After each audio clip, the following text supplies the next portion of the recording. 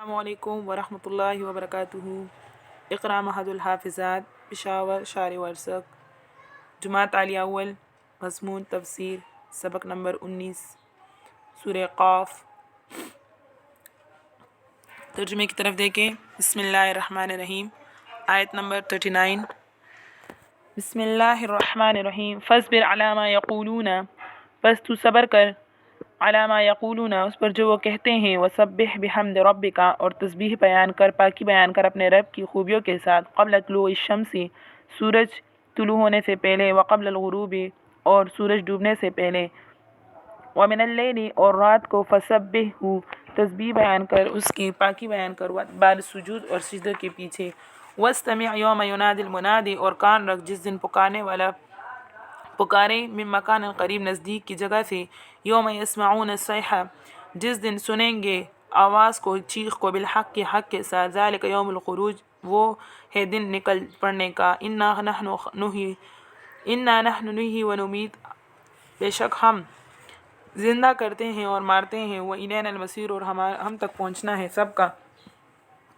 یوم تشقق الارض، اور جس دن زمین پٹ کر نکل پڑے، عنہم سراعا، وہ سب دوڑتے ہوئے آئیں گے، ذالک حشر علینا یسیر، اور یہ اکٹھا کرنا ہم کو آسان ہے، نحن عالم، ہم خوب جانتے ہیں، بما یقولون، جو کچھ وہ کہتے ہیں، وما انت علیہم بالجبار،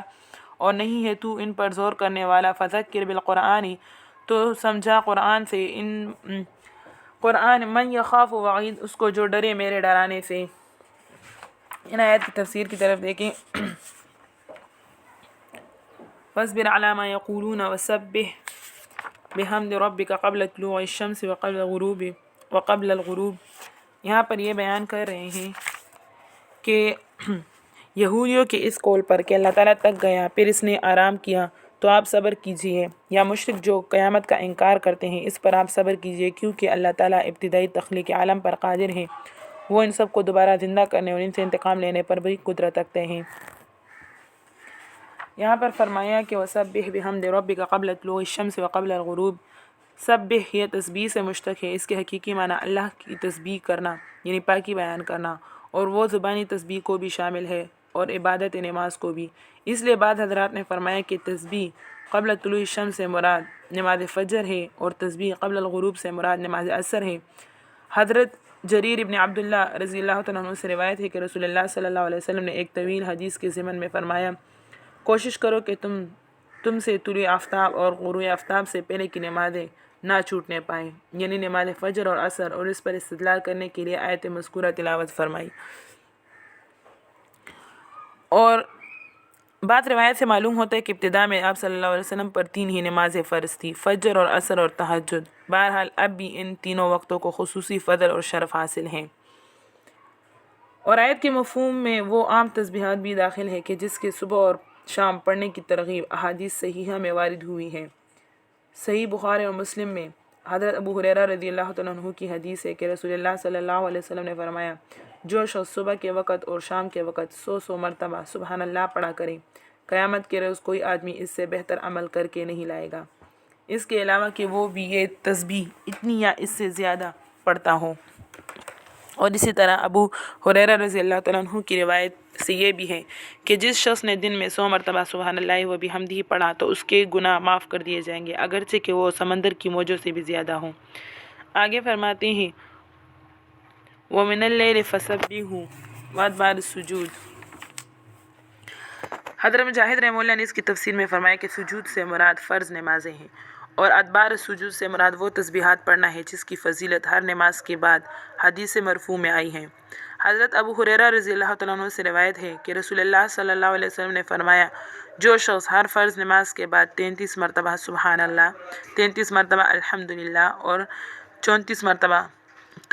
مرتبہ اللہ اکبر، اور 1 مرتبہ لا الہ الا اللہ وحدہ لا شریک لہ لہ الملک و لہ الحمد وہو علی کل شیء قدیر پڑھ لیا کرے تو اس کی خطائیں معاف کر دی جائیں گی،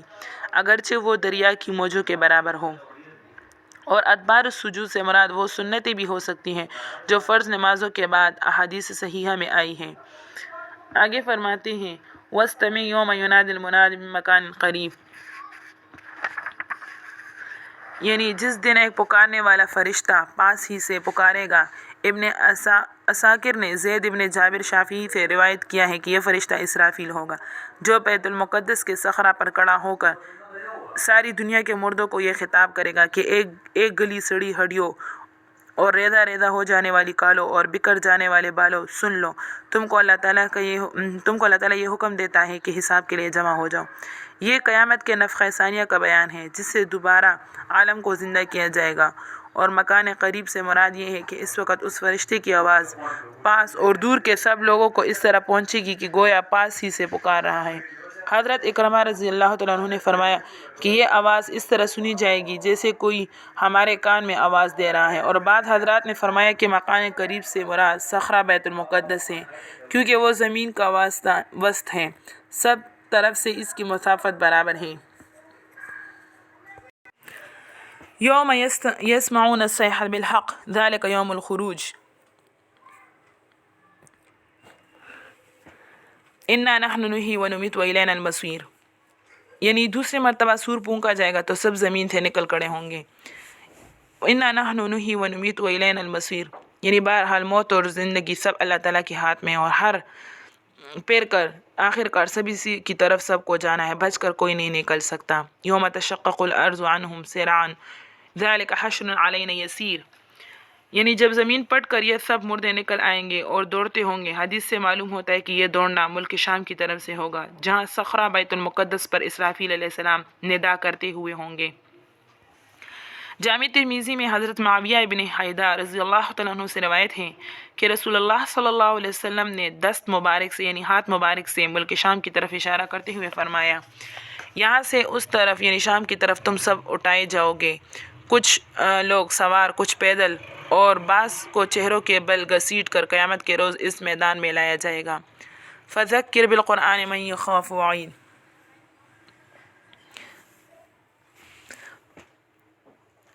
نحن عالم بما یقولون وما انت علیہم بالجبار فذکر بالقرآن من یخاف وعید۔ یہاں پر اس کا سبب نزول کے بارے میں ابن جریر نے حضرت ابن عباس رضی اللہ تعالیٰ عنہ کا قول نقل کیا ہے کہ کچھ لوگوں نے رسول اللہ صلی اللہ علیہ وسلم سے درخواست کی کہ اگر ہم کو عذاب سے ڈراتے رہیں تو بہتر ہوگا، یعنی آپ اگر ہمیں عذاب سے ڈراتے رہے تو یہ ہمارے لیے بہت بہتر ہوگا۔ اس پر یہ آیت نازل ہوئی، یعنی جو لوگ حشر کا انکار کرتے ہیں اور وہی تباہی کلمات جو ہے وہ بکتے ہیں تو ان کو بکنے دو، ان کا معاملہ ہمارے سپرد کرو، ہم کو سب معلوم ہے۔ جو کچھ کہتے ہیں آپ کا یہ منصب نہیں ہے کہ زور زبردستی سے ہر ایک کو یہ بات منوا کر چھوڑے۔ فذکر بالقرآن من یخاف وعید، یعنی آپ تذکیر اور نصیحت فرمائے قرآن سے اس شخص کو جو میری وعید سے ڈرتا ہے۔ مطلب یہ ہے کہ آپ کی تبلیغ اور وعظ و نصیحت اگرچہ عام ہی ہوگی، سبھی مخلوق اس کے مخاطب اور مکلف ہوگی، مگر اس کا اثر قبول وہی کرے گی جو اللہ تعالیٰ کے عذاب اور وعید سے ڈرتا ہے۔ حضرت قتادہ رحمہ اللہ اس آیت کو پڑھ کر یہ دعا مانگتے تھے، یعنی یا اللہ ہمیں ان لوگوں میں داخل فرما دیجئے جو آپ کی وعید عذاب سے ڈرتے ہیں اور آپ کے وعدے کے امیدوار ہیں، اے وعدہ پورے کرنے والے، اے رحمت والے۔ صدق اللہ العظیم۔